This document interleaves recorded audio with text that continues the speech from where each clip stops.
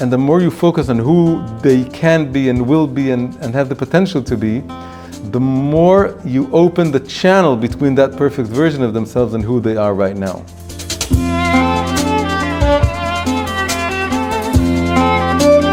This video was made possible through the kind support of my sponsors over at Patreon. Patreon is a great way to help independent creators like myself produce original content. If you'd like to get more English language videos from me, please consider becoming a supporter via Patreon. You can find the link in the description below. Thank you very much. So our topic for this evening is matchmaking, dating. It's very interesting that in this week's parasha, we're now in Parashat Chayei Sarah, the life of Sarah. Much detail is given to the exact story of the matchmaking of Yitzchak and Rivka. Although they are our second patriarch and matriarch, it's the first match that is being made. There's a feeling that with Abraham and Sarah, it's more like as if they grew up together, like high school sweethearts, or like people that ever since they were born, it was obvious in their family that they're going to be together. We are introduced to them as one. They're married and they're together, and there's no story of how they got together. So that's almost like when you grow up, it's your childhood friend, and it's just obvious that that's the one you're going to marry. But with the second generation, it's different. Second generation, it's complex.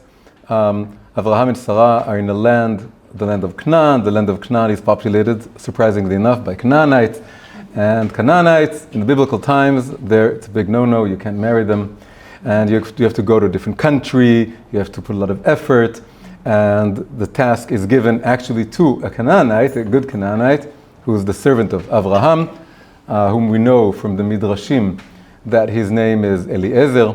It's not mentioned explicitly, but we know this from the Midrashim. For those of you who don't know, people on YouTube, it goes all over the place. There are many non-Jews. People don't necessarily know what Midrashim is.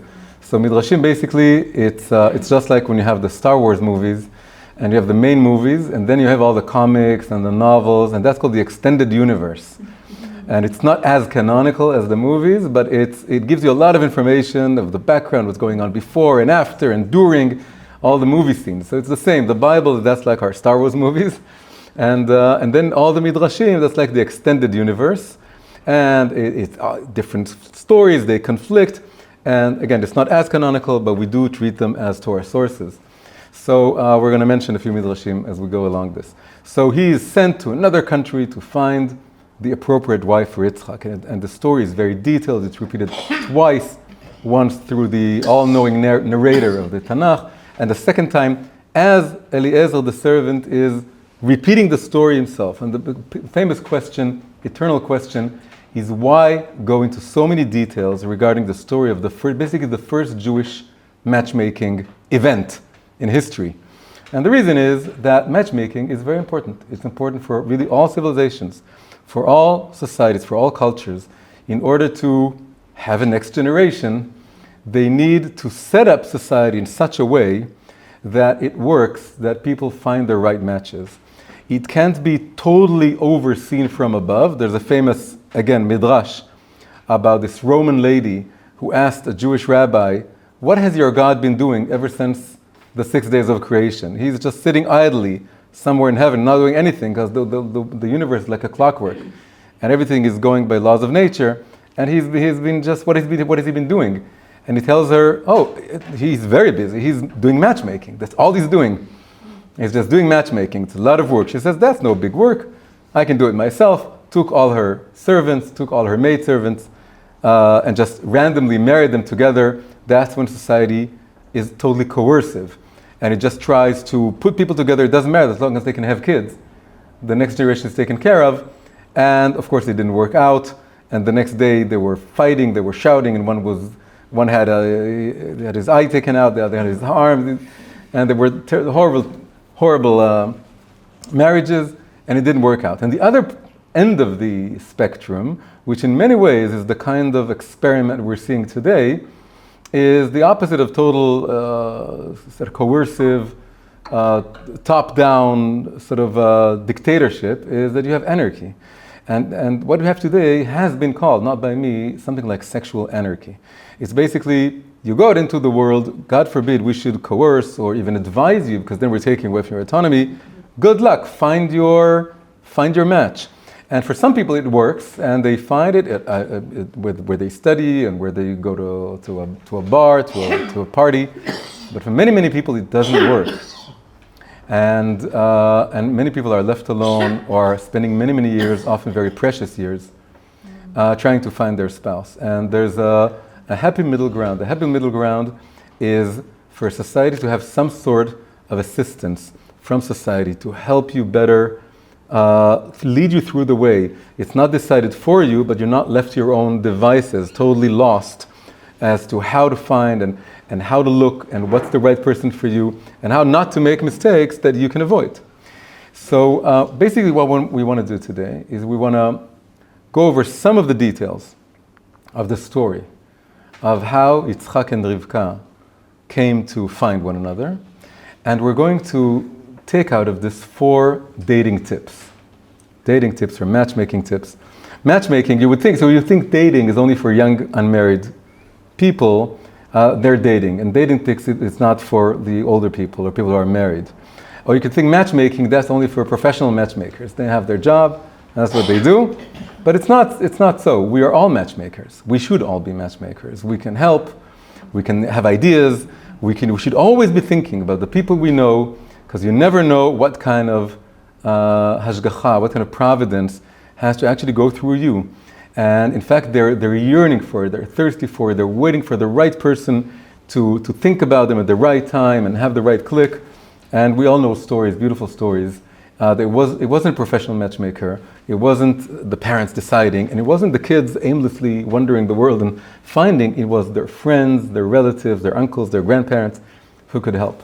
So it's good advice for all of us. And also, as you would see, some of this also applies to building your marriage. It's not just about dating. The dating tips are often helpful also when you're actually working on the relationship. Okay, so we're going to look at 4 dating tips from the story of Yitzchak and Rivka. And the first tip starts with the way Eliezer, the servant of Abraham, goes about his mission. So he's going all the way to a different country, it's Haran, and he has to find someone from the extended family of Abraham where he came from. But that's still a big, big tribe. And there's a lot of people to choose from. And what he does is that, first you see that he puts a lot of effort. There's a lot of effort. He brings camels, he brings presents, he's taking a long journey. It doesn't come effortlessly. It's not natural. It's not just going to happen. Abraham is taking his servant, he's giving him a mission, he's sending him away. You have to put money, you have to put time, you have to put energy. But that's one side of the story. The other side of the story is that Eliezer realizes it's not just this rational kind of setting about your mission, writing down some criteria, and like interviewing all the people. There's an element of hashgacha. And the element of hashgacha requires listening, opening up to some signs.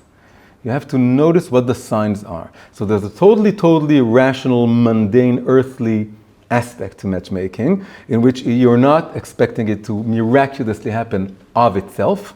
But on the other hand, there is a kind of semi-miraculous, semi-transcendent element to matchmaking, which is looking for the right sign. Now, what is he doing? He's coming to where he should be, and it's the evening time, and it's the well where everyone is coming to take the water.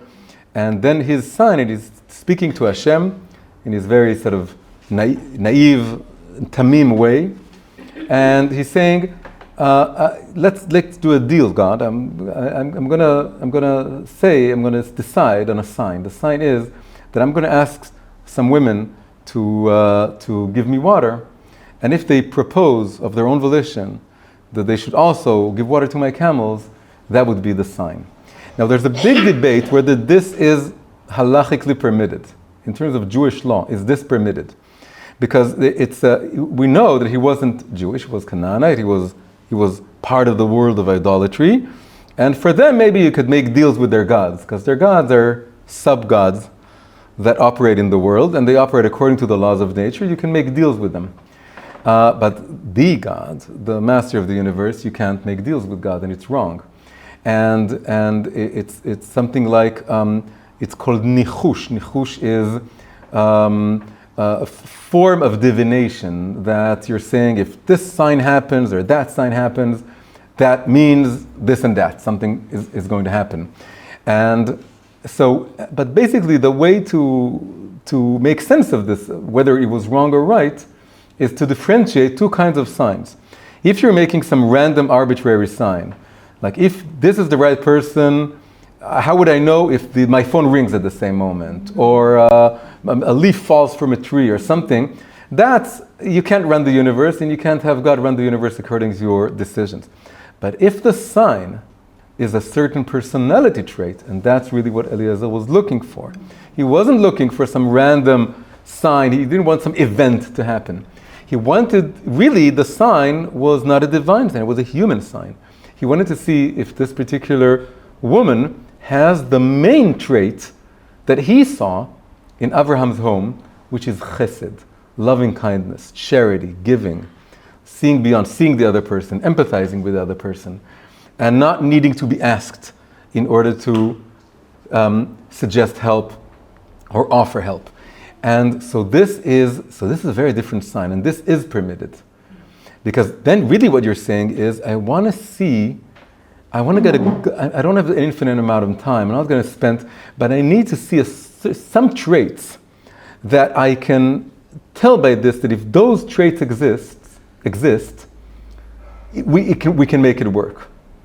And that's a kind of, it's listening to the hashgacha of, for example, you get the offer from a certain person who knows you. It could be, there are 100 women in your town, there's thousands of women, or men, but it's, you have to listen. If there's an interesting coincidence, someone who just saw someone in an interesting place, that's listening to the hashgacha, listening to providence.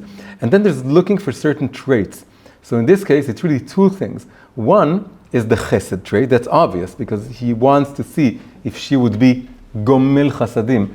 And the interesting allusion you have here is that gomel chasadim, it goes with the camels, which are gmalim.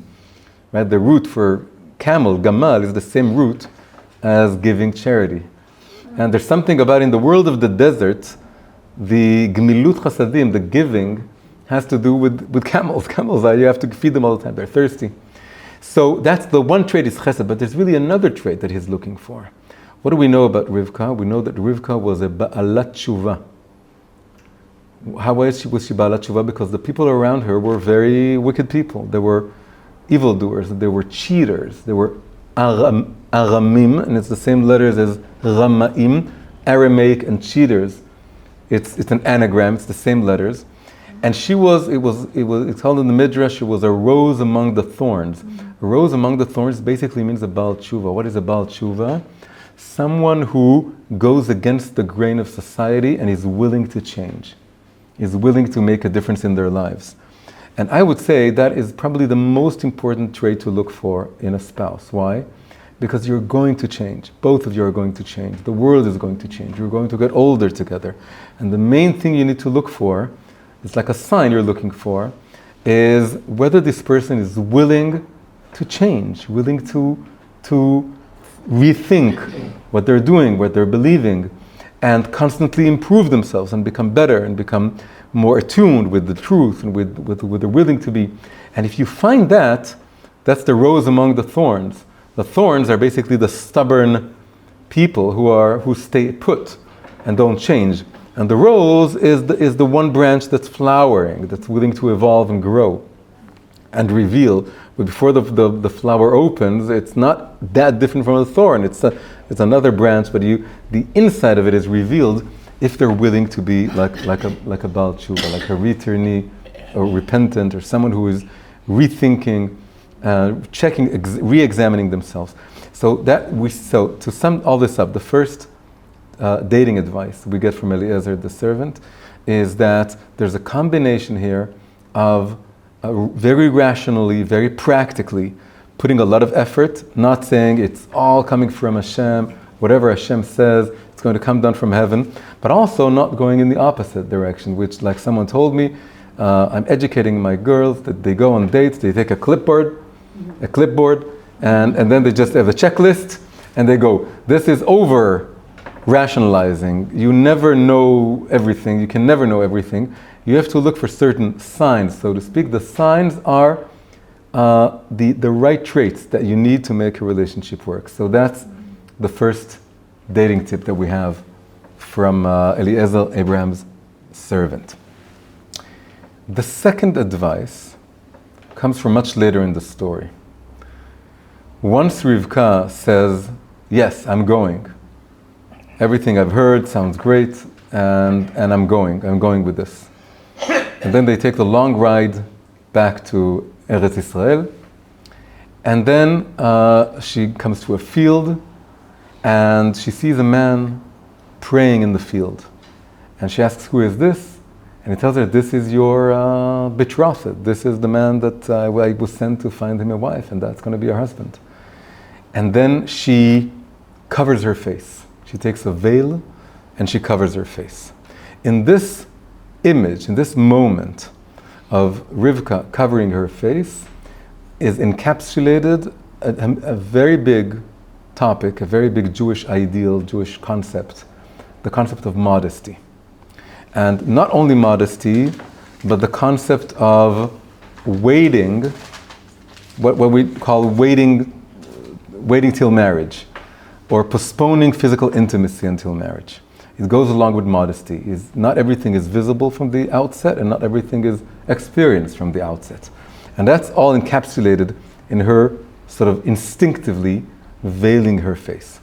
Now, this whole topic of both modesty and waiting is probably one of the most misunderstood concepts in Judaism.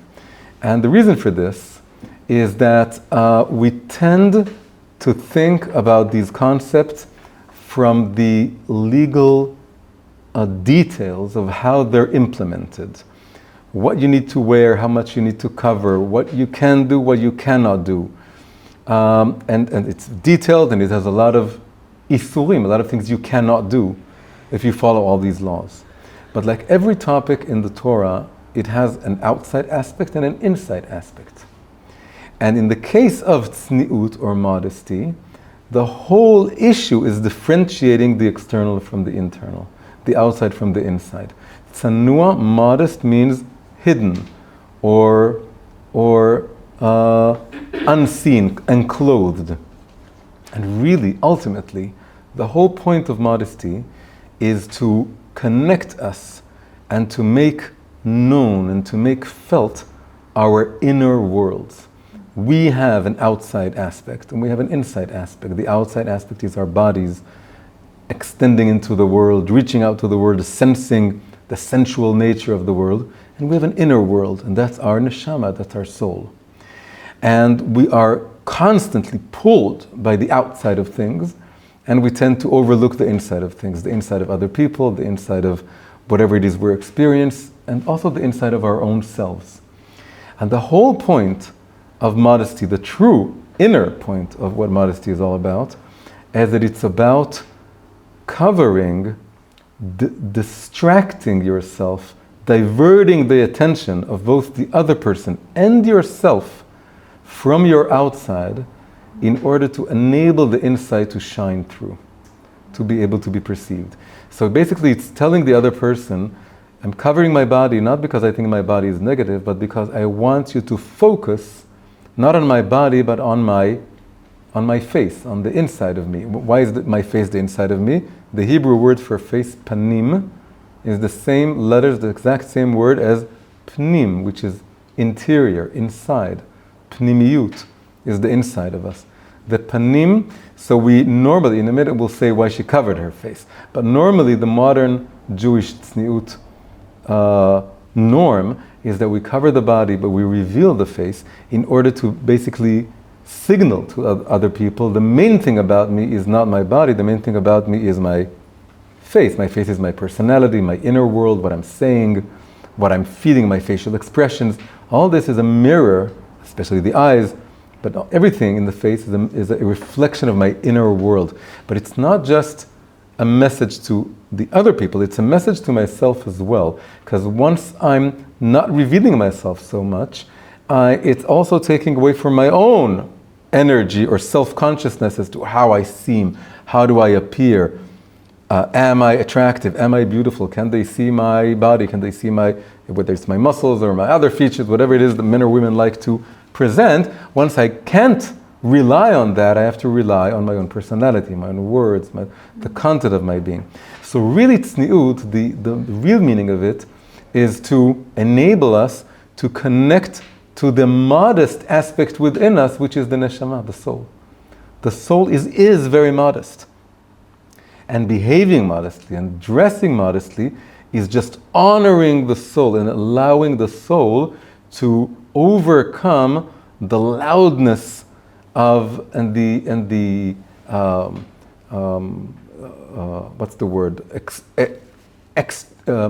Extrovert nature of my bodily existence, to quiet that down and enable the soul, which is like the soul is whispering, the body is shouting, and the soul is whispering. You have to silence the body a little bit in order to hear the soul.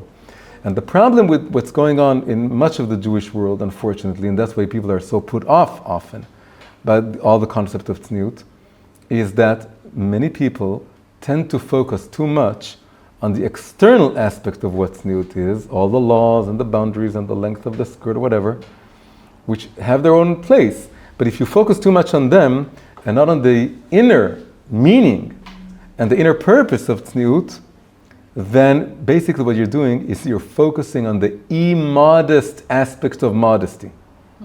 Because it's the external aspect of modesty. It's the aspect of modesty that it touches upon the immodest world and is trying to separate itself from it. So it's the immodest aspect of modesty.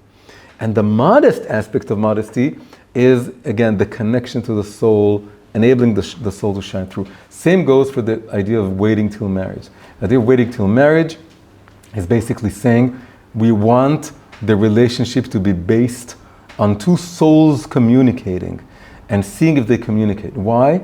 Because if you're too soon involving the body, then what happens is the body is like creates a shortcut to emotional involvement, investment, entanglement.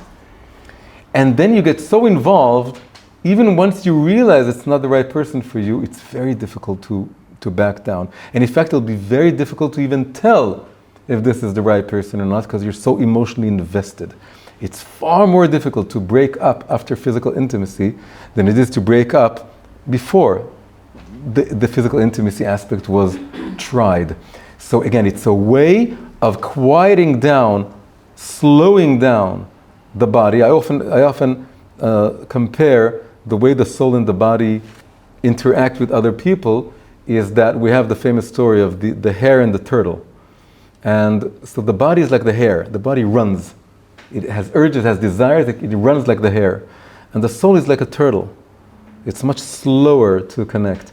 And when you let the hare run and it connects, it creates emotional energy, but the turtle is way behind. It hasn't really connected yet. And you feel it's connected. The body is easily comforted.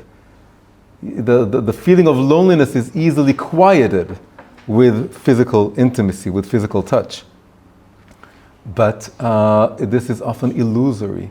And then you find yourself sliding into relationships that you may not necessarily want to be in, instead of consciously deciding, right? It's called sliding versus deciding. Instead of consciously deciding who the right person is for you, which you can do if you have this space.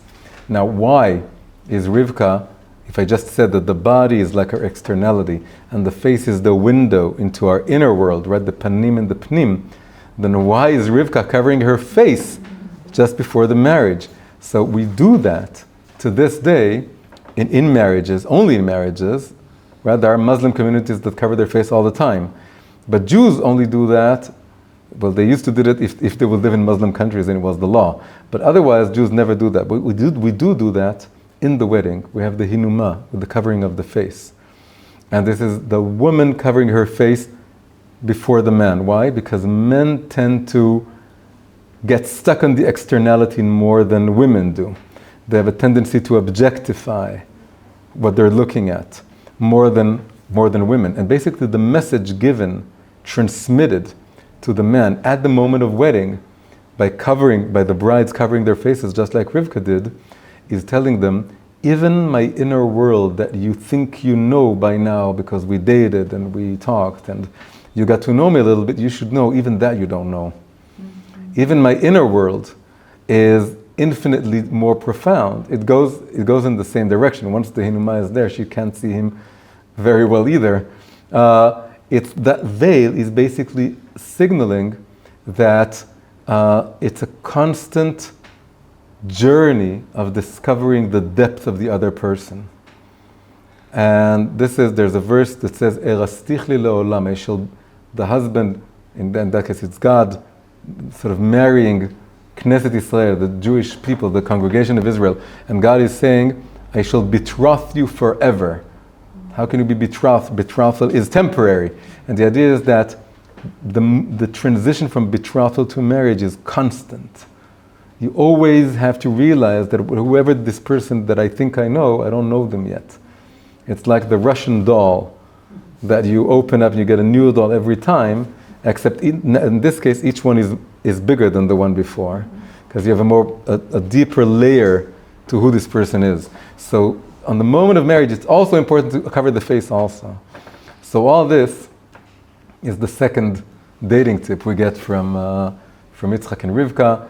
The whole principle, the whole idea of modesty and of waiting has to do with having that proper gradation so that it's not the bodies racing past the hearts, but allowing the hearts who have a slower rhythm to meet and connect and make the right choice, not based on the desires which can be attracted to many more people than the person that is right for us, right? The heart is able to zoom in to the proper person, whereas desire can go to so many people.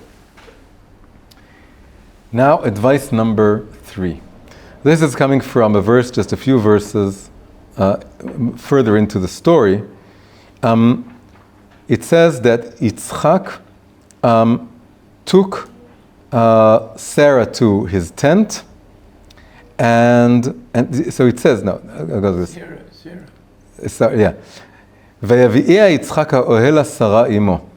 Yitzchak took Rivka into the tent of his deceased mother, Sarah. Sarah passes away at the beginning of the parasha. In many ways, she's sort of overseeing this whole shidduch from heaven.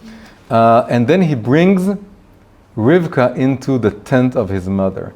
And the Midrash says that once she came into Sarah's tent, then 3 miracles that used to constantly appear in the household when Sarah was alive but stopped once she passed away are coming back. What are the 3 miracles? That the candles would light all week. They would never be all the way from Friday until the next Friday. And the dough never went sour. And the cloud of the Shekhinah, of God's feminine divine presence, was constantly visible above the tent. And when Sarah passed away, all these 3 signs passed away. But once Rivka came into the house, she, so to speak, came into Sarah's shoes, and all 3 miracles came back. What is the dating tip we get from this? This is very, very profound. What does it mean that the spouse comes into the shoes of your own parent? So we know this from life. We all have issues with our parents. And those issues, if they're not resolved, we may try to find a spouse that is the opposite of the parent that we have our issues with. Because we're running away from those issues. We don't want to deal with that parent. If your parents are like Avraham and Sarah and they're all tzaddikim and everything is going smoothly, then your spouse can just go into your parents' shoes and all the miracles will come back and everything will be very smooth. But not all of us merit to have such simple lives. And so what more often than not happens is that we have a certain issue with usually one of our parents. And then we say, I'm going to find a spouse that is the very opposite of my parents. They're not going to have that problem because I'm sick and tired of dealing with this particular character trait. I'm going to marry someone totally different. and we all know this, and you're all nodding, that what happens is like a boomerang. You marry the other person, and then all of a sudden, a day later, a week later, a year later, you realize they have the exact same trait. That your problem parent, right? You have a problem child, you have a problem parent, and your problem parent that you thought you were running away from it, they have the exact same issue, the exact same challenge, and often it's worse. And the reason it goes like this is that we are coming into the world with a set of issues to resolve. We have certain challenges. Maybe it's coming from some previous life. Maybe it's the tick and the rectification of our soul. It doesn't even matter why. But we come into the world and we have a certain missions to accomplish. Some of them are external. Some of them are internal. It's all kinds of problem character traits, by the way, that we have. But we have to resolve them by encountering annoying character traits of other people and coming to terms with them and resolving them in one way or another. And if we run away from a problem, it'll come back again and again. By the way, it happens also when people divorce. And then they're saying, my next husband/wife, they're going to be totally different than the first. I learned my lesson. I know exactly what to keep away from. Because that particular trait, it drove me crazy. So I'm not going to make the same mistake again. And again, lo and behold, they marry the other person, and it comes back through the back door, the front door, the window, but it's coming back. And it was there with your parent, it was there with your first spouse, there with your second spouse. Mm-hmm. Why? Because you can't run away from it. When will it end? When you stop running away from it. You stop running away from the parent, or running away from the spouse, or that problem, and you start confronting it and dealing with it and finding the real solution, not without bypassing it, but running away. What is the dating tip? The dating tip is that if you have issues with your parents, resolve them before you start dating. If you resolve those issues with that one or sometimes both parents that you have, the more you resolve it, it doesn't have to be perfect, but you have to find the problem, realize there is a problem, realize you're part of the problem. It's not just your parent that's a problem parent, you're also a problem child in that respect. Find the issue, identify the issue, and start working on it. The more you work on it, the likelier it is that when you find your spouse, they're not going to have that problem because you have already dealt with the problem. You surmounted the problem. And it doesn't have to come back. And it can be just like Rebbeca, sliding into your parents' shoes, but in the best of ways, in the most perfect of ways. And the candles will shine, and the dough won't go sour, and the Shechina benehem, the divine presence dwells among the husband and wife, will be there. Why? Because you, instead of running away from the issues you have with your parents, you solve them. And you can compare stories. You can ask people that sat down with their parents, or even sometimes you don't have to confront externally the parent. They have to sit with themselves and say, what is my main problem with my father, my mother, with my parents? And how am I going to deal with it? And sometimes it's only within yourself. You don't have to talk to your parents. Maybe the thing is to stop trying to change your parents, or to rectify, or to rebuke your parents. Some people do that also. It's only honor your father and your mother. That's what you're supposed to do. And what about all the things that you don't want to honor? Then you go on honoring them on the outside, but you work on changing those things within yourself. It'll magically affect your parents also. The more you do this, the better the starting point of your relationship will be. The providence, or what in the East they call the karma, wouldn't need to roll the problem back to you via your spouse, because you solved it vis-a-vis the previous generation. And then you can be like Yitzchak and Rivka sliding into your mother's shoes, or your husband sliding into your father's shoes, or again, whatever it is, the gender doesn't really matter here, and it can all work out. So that's I think the third very profound dating tip that we can get from this story. And now the fourth and final one. This is the continuation of the very same verse. It says that he brings her to the tent, he marries her, she becomes his wife, and then he loves her. And that, of course, is the opposite of the romantic model. The romantic model is first love, then marriage, and the traditional model is first marriage, then love. The Malbim, who's a 19th century commentator, the most recent commentator to make it into most editions of Mikraot Gdolot, of the Tanakh, the Torah books that have all the classical commentators of them. The last one to sort of make it in was the Malbim. The Malbim lived in the 19th century. This is the century of Romanticism. And he explained this verse in a very beautiful way. He said this is not, obviously it's not the romantic model, but it's not the traditional matchmaking model of don't worry, love will come later. He says there was a spark, or the way he says it, there was a seed. There was a seed. The seed was recognized by Eliezer. It was recognized by the two of them. You have to agree to the person. The seed has to be there, but only after they married did they water the seed and it was able to grow into a full tree of love, a blossoming tree of love. And basically this is the perfect synthesis of the romantic model and the the coercive matchmaking model of don't worry, we'll decide for you. And it's basically saying, there's the famous song, all you need is love. So in this case we can say it's all you need is a spark. You don't have to wait for love to fully, totally blossom and be there, because then you'll be waiting forever, because it's never enough. It can always grow. You need a spark, and gradually the mutual living and the mutual giving will fan the flames of that spark and will make it grow, or will water the seed, whatever metaphor we want to use. And so the answer is, but how do I know? How do I know this is the perfect one? How do I know this is my perfect match? The answer is you don't, but neither is it totally arbitrary.